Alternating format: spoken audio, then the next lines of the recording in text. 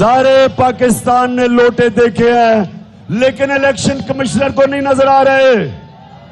وہ قانون ڈھونڈ رہے ہیں ان کو بچانے کے لیے.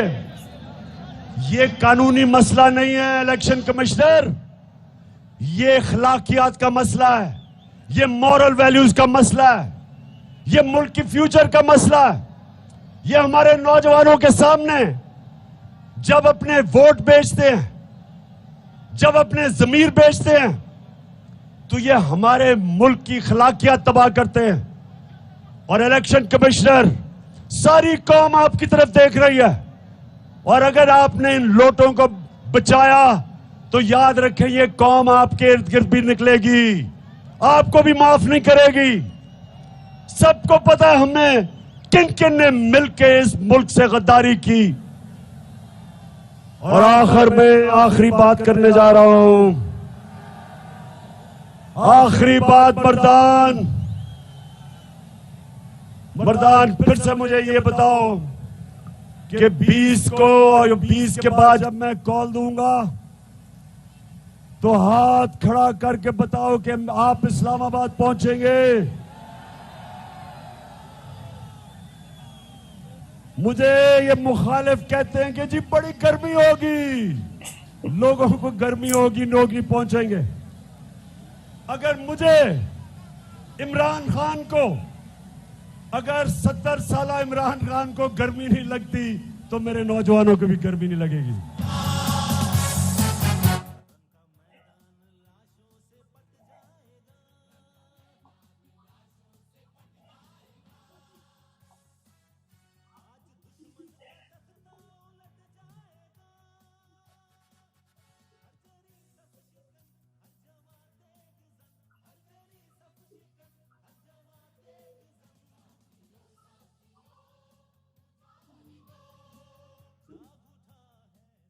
ہم نے اسلام آباد 3 وجہ سے نکلنا ہے.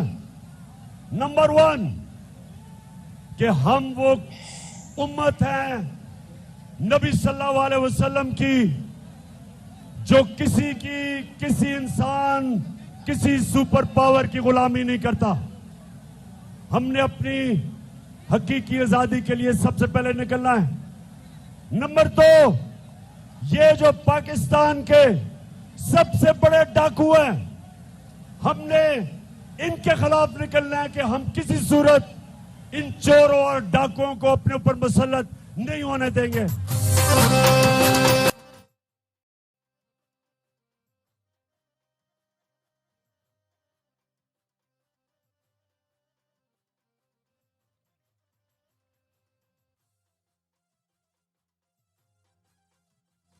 اور نمبر 3, ہم نے اس لیے نکلنا ہے کہ ہم نے اپنے ملک کی اخلاقیات بچانی ہے. ہم نے امر بالمعروف پہ چلنا ہے. اللہ کا حکم ہے کہ مسلمان اچھائی کے ساتھ کھڑا ہوتا ہے برائی کے خلاف, مسلمان حق پہ کھڑا ہوتا ہے باطل کے خلاف, مسلمان سچ پہ کھڑا ہوتا ہے جھوٹ کے خلاف, مسلمان چوروں کے خلاف کھڑا ہوتا ہے, چوروں کے خلاف جہاد لڑتا ہے اور اچھائی کے ساتھ کھڑا ہوتا ہے. اس لیے ہم نے نکلنا ہے اس ملک کی اخلاقیات بچانے کے لیے. ہم نے اپنے ملک کو سب نے مل کے وہ ملک بنانا ہے جو اس کو بننا چاہیے تھا 1947 میں. ہم وہ پاکستان چاہتے ہیں جو علامہ اقبال کی خواب تھی اور قائد اعظم کی جدوجہد تھی. مردان کے لوگوں, نوجوانوں اور میری بہنوں, اتنے شاندار جلسے کا آپ کو مبارک بھی دیتا ہوں, آپ کا شکریہ ادا بھی کرتا ہوں. پاکستان زندہ باد. ماشاءاللہ.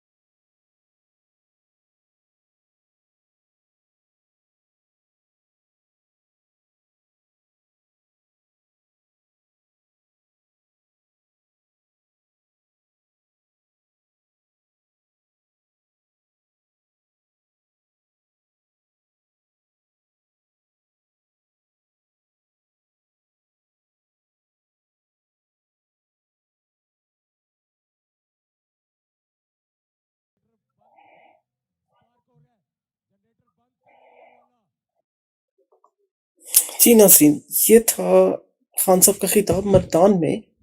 یہاں پہ آپ کو بتاتا چلوں، ابھی آپ نے جیسے دیکھا کہ جب خان صاحب جلسہ کر کے بیک سٹیج جاتے ہیں تو وہاں پہ بھی ایک جلسہ ہو رہا ہوتا ہے. یعنی لوگ ان کو جاتے ہوئے بھی دیکھنا چاہتے ہیں اور وہ بہت خوش ہوتے ہیں ان کو دیکھتے ہوئے، اور ان کے ساتھ سیلفی تصویریں کھینچوانے کی کوشش بھی کرتے ہیں. یہاں پہ پھر آپ کو کچھ خبریں دیتا چلوں کہ جو شہباز شریف کرائم منسٹر ہے وہ لندن میں اس وقت بیٹھا ہوا ہے، اور وہاں پہ وہ منا رہا ہے اپنے بڑے بھائی کو جو اس سے بڑا چور ہے. وہ ان کے پاؤں تک پکڑ رہا ہے، جیسے کہ میڈیا پہ تصویریں بھی چل رہی ہیں. میں ابھی مینیج نہیں کر سکا، ورنہ میں آپ کے ساتھ بھی وہ شیئر کرتا. ان کے گھٹنوں کو باقاعدہ ہاتھ لگا کے تو ان سے منت سماجت کر رہا ہے اس بات پہ کہ اس حکومت کو چلنے دے، یعنی کرائم منسٹر والی جو حکومت ہے اس کو چلنے دے. لیکن اگر آپ نے نوٹ کیا ہو تو مریم علادہ سے جلسے کر رہی ہے. مریم اور نواز شریف ایک پارٹی ہے، جبکہ شہباز شریف دوسری پارٹی ہے. تو دونوں پارٹیوں میں جیسا کہ وہ شیخ رشید کہا کرتے تھے کہ نون میں سے شین نکلے گی، اور واقعی آج نکلی ہوئی ہے. دونوں الگ الگ ہی چل رہے ہیں، لیکن چونکہ دونوں ہی کرپٹ ہیں، دونوں کے جو کرپشن کے مسائل ہیں انہوں نے سیدھے کرنے ہیں، اور وہ چاہ رہے ہیں نواز شریف اور مریم کہ مریم کسی طریقے سے، اگر نواز شریف نہیں تو مریم وزیر اعظم بن جائے. لیکن ان کے راستے ہموار نہیں کر رہی ہے جان بوجھ کے، جبکہ اپنے کیسز معاف کری جا رہے ہیں اور اپنے آپ کو ان آر او دیتے چلے جا رہے ہیں. اور مریم کا پاسپورٹ تک اس کو واپس نہیں دلوایا، اس لیے کہ اس کے لیے ان آر او نہیں ہے. صرف کرائم منسٹر اور اس کا بیٹا جو آج کل سوشل میڈیا پہ ایک نام چل رہا ہے، حمزہ ککڑی. تو اچھا لگا کیونکہ وہ ککڑی کا بزنس بھی کر رہا ہے، اور ککڑیوں کی قیمتیں بھی آسمان پہ پہنچا دی اس نے. تو ویسے کسی کا نام تو نہیں بگاڑنا چاہیے، لیکن سوشل میڈیا کی میں بات کر رہا ہوں، اس پہ یہ حمزہ ککڑی کے نام سے کافی مشہور ہوتا جا رہا ہے. تو انہوں نے جمعے کو واپس آنا تھا، لیکن چونکہ بات نہیں بن رہی، مسئلے مسائل ہیں، جو بڑا چور ہے، بڑا بھائی جو چور ہے نواز شریف، وہ بیٹھا ہوا لندن میں اور وہ مان نہیں رہا. وہ کہہ رہا فوری الیکشن کرواؤ اور چھوڑ دو سب کچھ، جلد از جلد 2 چیزیں کرو. اوورسیز کا ووٹنگ کا جو ہے حق وہ ختم کرو، اور جو ووٹنگ مشین ہے اس کا بھی ریزولوشن جلدی سے پاس کر کے اس سے ختم کرو، اور نئے الیکشن میں جاؤ. لیکن یہ چاہتے ہیں پہلے تو پوری حکومت کریں جتنا عرصہ رہ گیا، یعنی اگلے سال تک. لیکن چونکہ اکتوبر میں ایک مسئلہ اور بھی آ رہا ہے، جو آرمی چیف ہیں ان کی تعیناتی بھی کرنی ہے انہوں نے، تو وہ بھی چاہ رہے ہیں کہ ہم کر کے جائیں، اس لیے یہ نومبر تک لے جانا چاہ رہے ہیں. لیکن اللہ کی کرنی یہ ہوئی کہ ان سے ملک سنبھالا نہیں جا رہا. معیشت مسلسل تباہ ہو رہی ہے. جو ریزرو خان صاحب بنا کے گئے تھے یہ اسی کو تباہ کرنے میں کوئی کسر نہیں چھوڑ رہے، کیونکہ وہ تو ایک میئر کی حیثیت ہے اس کی، شہباز شریف کی. وہ وزیر اعظم کی حیثیت نہیں ہے اس کی. وزیر اعظم نے خارجہ پالیسی بنانی ہوتی ہے، ملک کو ڈائریکشن دینی ہوتی ہے، لیڈ کرنا ہوتا ہے ایک لیڈر کی طرح. اس کا ویژن ہوتا ہے آنے والے وقت میں کیا ہوگا، پانیوں کے مسئلے، اور پانی کے مسئلے دوسرے ممالک کے ساتھ، خاص طور پہ انڈیا کے ساتھ ہمارا ایک معاہدہ سائن ہوا ہے 1960s میں، جس کو سندھ طاس کا معاہدہ تھا، جس میں کچھ دریا انہوں نے بند کر دیے اور کچھ دریا پاکستان کے لیے انہوں نے پانی چھوڑنے تھے. لیکن جو دریا انہوں نے جن دریاؤں میں پانی چھوڑنا تھا انہوں نے دشمنی کرتے ہوئے وہاں پہ بھی اپنے حصے میں بیراجیز اور ڈیم بنانا شروع کر دیے تاکہ کوئی پانی پاکستان کو نہ ملے. اب یہ ایک بین الاقوامی معاہدوں کی خلاف ورزی ہے. یہاں پہ اگر خان صاحب ہوتے تو انہوں نے تو ڈنڈا دے دینا تھا انڈیا کو بھی، انڈیا کی جو حکومت ہے اس کو، اور دباؤ ڈالنا تھا یونائٹڈ نیشنز پہ. لیکن اب یہاں پہ وزیر خارجہ کون ہے؟ پھر سوشل میڈیا کی میں اصطلاح یوز کروں گا، وہ ہے بلو رانی. بلو رانی تو پہلے ہی لیٹی ہوئی ہے امریکہ کے قدموں میں. اور ایک اور امپورٹنٹ بات جو بڑی باریکی سے سوشل میڈیا میں ہے، لیکن مین سٹریم میڈیا میں بڑی باریکی سے اس کو ہائی لائٹ ہی نہیں ہونے دیا جا رہا. وہ کیا ہے کہ جب خان صاحب تھے تو انہوں نے امریکنز جانتے تھے خان صاحب کہ خوددار انسان ہے، اپنے ملک کے لیے کام کرے گا، ہمارے لیے نہیں کام کرے گا امریکہ. تو انہوں نے یہاں پہ اپنا امریکی سفیر نہیں لگایا، اور ان کو مسئلہ تھا، ڈائریکشنز آ رہی تھیں زیادہ تر باہر سے، اور اپنے جو سرکاری عملہ تھا، دفتری عملہ پاکستان کے سفارت خانے میں، ان کے ذریعے. اب تو جناب کرائم منسٹر کی حکومت ہے، امپورٹڈ حکومت ہے, سب امپورٹڈ لوگ ہیں جن کا سارا رہنا سہنا کھانا پینا جائیدادیں پیسہ سب باہر ہی پڑا ہے. اب انہوں نے اپنا بندہ اپنا امریکی سفیر تعینات کر دیا پاکستان میں. اب وہ اس کو وہاں سے آرڈر دیں گے, بائیڈن رجیم جن سی ہے وہ, اور وہ یہاں پہ جو چاہے گا آرام سے ان کو بلائے گا اور ان کے کام کروائے گا. تو اللہ تعالیٰ خیر کرے. اور دوسرا ایک اور چیز بڑی امپورٹنٹ ہے, وہ یہ کہ ابھی آپ دیکھیے سری لنکا میں جو وزراء تھے ان کو سڑکوں پر بٹھا کے ان کے بال, سر کے بال ان کو منڈ دیا گیا, مطلب ان کو گنجا کیا گیا, ان کو مار مار کے تالابوں میں پھینکا گیا, ان کے گھروں کو آگ لگا دی گئی ہے. اور جو ان کا وزیر اعظم تھا سری لنکا کا, اس کے گھر میں سپورٹس کاروں کی بھرمار تھی. یعنی عوام اتنی غریب اور عوام مہنگائی میں اور غربت میں پسی ہوئی, معیشت تباہ, اور ان کے وزراء اور وزیر اعظم اور صدر یہ سب عیاشیاں کر رہے تھے. یعنی بالکل ہی جیسے کہ پاکستان کا ایک عکس ہے. اللہ نہ کرے پاکستان میں اس طرح معیشت تباہ ہو اور پاکستان ڈیفالٹ کی طرف جائے, لیکن جس طرح سے یہ کر رہے ہیں یہ ایسا ہونے جا رہا ہے. اور یہ تصویر نظر آ رہی ہے کہ اگر پاکستان ایسے ہی چلتا رہا تو سری لنکا والے حالات ہوں گے. لیکن سری لنکا میں ایک اچھی چیز لوگوں نے کی کہ ان جو کرپٹ لوگ ہیں, جو مافیا ہیں, ان کو سڑکوں پہ گھسیٹ کے اور ان کے ساتھ وہ کیا کہ وہ معافیا مانگ رہے ہیں, ہاتھ جوڑے ہوئے ہیں, رو رہے ہیں. یہ سوشل میڈیا پہ آپ کو مل جائے گی یا انٹرنیٹ پہ آپ اس کو دیکھ سکتے ہیں.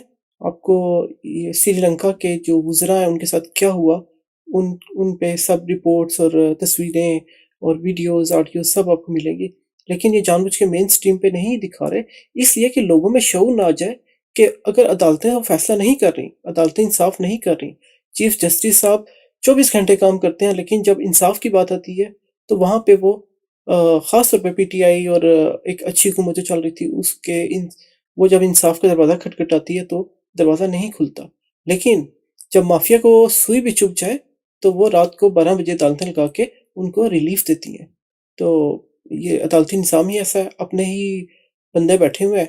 اور ایسا بھی خبریں ملی ہیں کہ جو ججز ہیں جو ان کے ساتھ رکھتے ہیں, کیا کہنا چاہیے, قربت رکھتے ہیں, وہ انہیں ان کے ساتھ میٹنگ کر کے انہیں ڈائریکشنز بھی دیا کرتے ہیں کہ آپ ایسے ایسے ایسے کیس کو پروسیڈ کر سکتے ہیں. کیونکہ خود تو یہ نااہل ہے, ان پڑھ ہیں, یہ یا تو جو افسران ہیں ان کے بیوروکریٹس یہ ان کی باتیں سن کے چلتے ہیں, یا نواز شریف کی کرپشن کی جو پالیسی ہے اس پہ عمل درآمد کرنے کے لیے ان کے صرف دماغ چلتے ہیں کہ کہاں پہ بنائیں گے زمینوں کی کیا بولتے ہیں کالونیاں, سوسائٹیاں, کیونکہ وہ سوسائٹی گورنمنٹ کے پیسوں سے آپ خریدتے ہیں یا گورنمنٹ کی جائیدادیں آپ لے لیتے ہیں, جو حکومتی اس کے انڈر ہوتی ہیں وہ ان کو سستے داموں مل جاتی ہیں, اور وہاں پہ یہ کالونیاں اور یہ سوسائٹیاں بنا کے کروڑوں روپے کی بیچ کے پیسے اپنے جیب میں ڈال کے چلتے بنتے ہیں, اور وہی پیسے باہر کہاں کہاں نہیں انویسٹ کیے ہوئے انہوں نے. ابھی جو کیسز چل رہے تھے ان کے FIA میں, جو یہ ایک طرف سے NRO لے ہی لیا ہے شہباز کرائم منسٹر نے, بیگر منسٹر, وہ ان کے پیسے یہ تو وہ تھے جو پیسے ان کو پاکستان میں ضرورت ہے تو انہوں نے ٹیٹیوں کے ذریعے منگوائے. لیکن سوشل میڈیا پہ ایک رپورٹ آپ کو مل جائے گی کہ دبئی کے اندر آپ دیکھیے, دبئی کے اندر ایک پورا سٹی یہ بیماری بنانے جا رہا تھا, وہاں پہ اس کا سیٹ اپ کر رہا تھا, اتنا بڑا سٹی کہ وہاں پہ ایک شہر بنانے جا رہا تھا.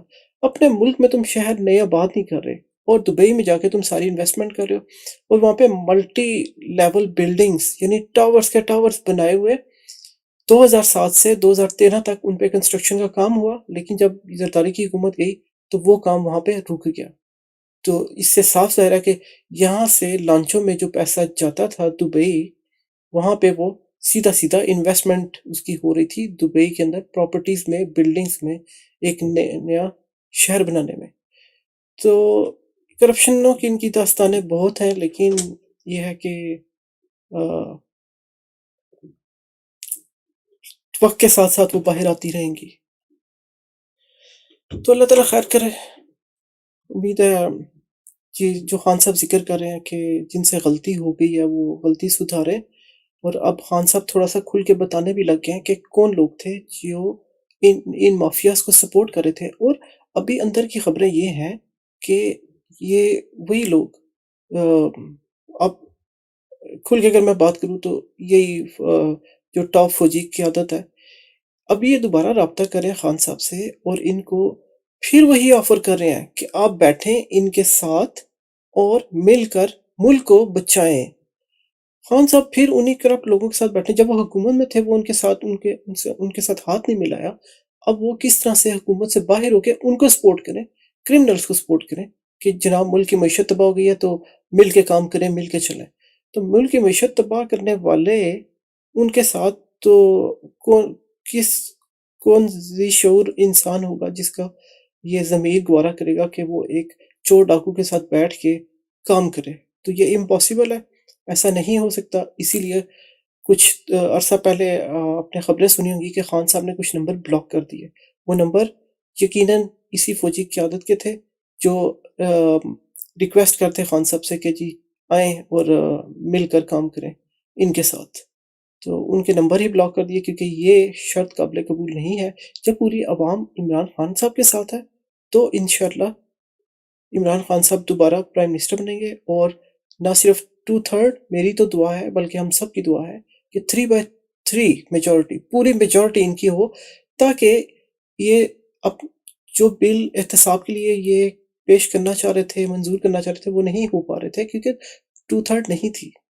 تو اگر احتساب کے انصاف کے اوپر جو بل ہے، نئے قانون بنائے جائیں تو عدالتیں پھر مجبور ہوں گی اس قانون کو فالو کرنے کے لیے، اس آئین کو، قانون کو بیسیکلی اس قانون کو فالو کرنے کے لیے وہ مجبور ہوں گی. تو یہ نہیں چاہ رہے کہ 2/3 کے ساتھ خان صاحب آئیں اور ایسے قوانین بنا دیں کہ جن سے ان کی چوروں ڈاکوں کی گردنیں پکڑی جائیں. لہٰذا اب یہی پھڈا پڑا ہوا جس کی وجہ سے پورے کی پوری اسلامی جمہوریہ پاکستان کی جو حکومت ہے وہ کیبنٹ ہوتی ہے، ایک کابینہ حکومت ہوتی ہے. وہ حکومت باہر بیٹھی ہوئی ہے لندن میں، اور وہاں پہ وہ پاکستان چلانے کے لیے فیصلے کر رہی ہے. اور وہ فیصلہ یہی کر نہیں پا رہی کہ پھنس گئے ہیں وہ دونوں طرف سے، چھوڑتے ہیں تو پھنستے ہیں، اگر چلاتے ہیں حکومت تو پھنستے ہیں. تو اللہ تعالیٰ کا اچھا قانون قدرت ہے کہ یہ اب کہیں کے رہے نہیں. لیکن یہ چونکہ مافیا ہیں تو اپنے کالے کرتوتوں کو چھوڑ نہیں رہے اور ایسے جرم والی سازشیں سوچتے ہیں اور کرتے ہیں. اور یہی وجہ ہے کہ ہماری دعا ہے اللہ تعالیٰ خان صاحب کی جان اور مال اور ان کی صحت محفوظ رکھے اور انہیں لمبی زندگی دے، تاکہ وہ پاکستان کے لیے جو کچھ کر رہے ہیں ہم سب ان کے شکر گزار اور ان کے ایک طرح سے قرض دار ہیں کہ وہ اپنی جان کی پرواہ نہ کرتے ہوئے پاکستانیوں کے لیے، پاکستان کے لیے اتنے سخت اقدامات اٹھا رہے ہیں کہ گرمی میں جان داؤ پہ لگائی ہے، اتنے لاکھوں کے مجمع میں لوگوں کے سامنے آنا، یہ جانتے ہوئے کہ جان کی جو تھریٹس ہیں وہ مل رہے ہیں. وہ خود بھی انہوں نے آج اپنے جلسے میں بتا دیا. تو اللہ تعالیٰ ان کی جان محفوظ رکھے اور پاکستان کو محفوظ رکھے. ہم سب کی دعائیں ہیں اللہ تعالیٰ پھر سے وہ ترقی و خوشحالی کا دور دکھائے جو خان صاحب نے جس کا آغاز کیا تھا. اب دیکھیے غریب لوگوں کے لیے احساس پروگرام. ایک انٹرویو میں خان صاحب فرماتے ہیں کہ مینار پاکستان سے آپ جب لاہور کے اندر انٹر ہوتے ہیں ہائی وے سے، تو آپ کا جو داخلی راستہ ہے، جو راستہ لاہور کے اندر آپ کو لے کے آتا ہے وہ مینار پاکستان کے تھرو ہے. تو وہاں سے خان صاحب گاڑی میں آ رہے ہیں اور انہوں نے دیکھا فٹ پاتھ پہ مزدور لوگ، غریب لوگ لیٹے ہوئے ہیں اور قریب سے گاڑیاں گزریاں، بسیں گزریاں، اور آپ کو پتہ ہے بسوں کا سلنسر کس طرح سے وہ دھواں چھوڑتا ہے اور وہ ڈائریکٹ فٹ پاتھ پہ دھواں چل رہا ہے. تو انہوں نے اپنے ایک انٹرویو میں اس بات کا اظہار کیا کہ مجھے دیکھ کے بڑا دکھ ہوا کہ وہ انسان ہے کیسے سڑکوں کے گرد جو فٹ پاتھ ہیں اس پہ پڑے ہوئے ہیں اور ان کے قریب سے گاڑیاں گزری ہیں. ایک تو ان کی جان کا خطرہ کہ خدا نہ خواستہ کوئی گاڑی اپنا کنٹرول کھو دے تو وہ بیچارے کچلے جائیں گے. اللہ تعالیٰ محفوظ رکھے سب کو. اور دوسرا کہ کیا مطلب یہ حکومت کا ایک ریاست کا کام ہے کہ اپنے ایک شہری کا خیال رکھیں. تو شہریوں کا خیال کون رکھتا رہا؟ کوئی ان کا والی وارث نہیں تھا، کیسے وہ سڑکوں پہ پڑے ہوئے تھے؟ تو خان صاحب کے دل پہ ایک تکلیف ہوتی ہے، بوجھ ہوتا ہے غریب کو دیکھ کے، غریب کے حالات دیکھ کے، اور اس انسان کی یہ قدر نہیں کرتے، اس انسان کو کیسے انہوں نے سازش سے اور عجیب ایک ماحول بنا کے ان کو نکال ہی دیا۔ تو بہت سارے میسج آتے ہیں، میں پھر یہاں پہ ہمارے ایک دیکھنے والے ہیں حسن جعفری، ان کا میسج پھر میں یہاں پہ کوٹ کرتا چلوں جو بہت اچھا لگا ان کو۔ وہ یہ حسن کہتے ہیں، ایسا لیڈر ہر کسی کو نصیب نہیں ہوتا، ہم خوش قسمت لوگ ہیں کہ ہمیں عمران خان ہمیں موجود ہیں۔ اب ہمارا فرض بنتا ہے کہ ہم اس وقت تک چین سے نہ بیٹھیں جب تک حقیقی آزادی مل نہ جائے۔ تو اس بات کے ساتھ اور اس دعا کے ساتھ کہ اللہ تعالیٰ پاکستان کو محفوظ رکھے، پاکستان زندہ باد، عمران خان صاحب زندہ باد۔ بہت شکریہ جنہوں نے لائیو ٹرانسمیشن میرے ساتھ مل کے دیکھی، اور جنہوں نے کمنٹس کیے، اور جو اس کی ریکارڈنگ بھی دیکھنے والے ہیں، ان سب کا بہت بہت شکریہ۔ آپ سب کا شکریہ کے ساتھ آپ سے چاہتا ہوں اجازت۔ اللہ حافظ۔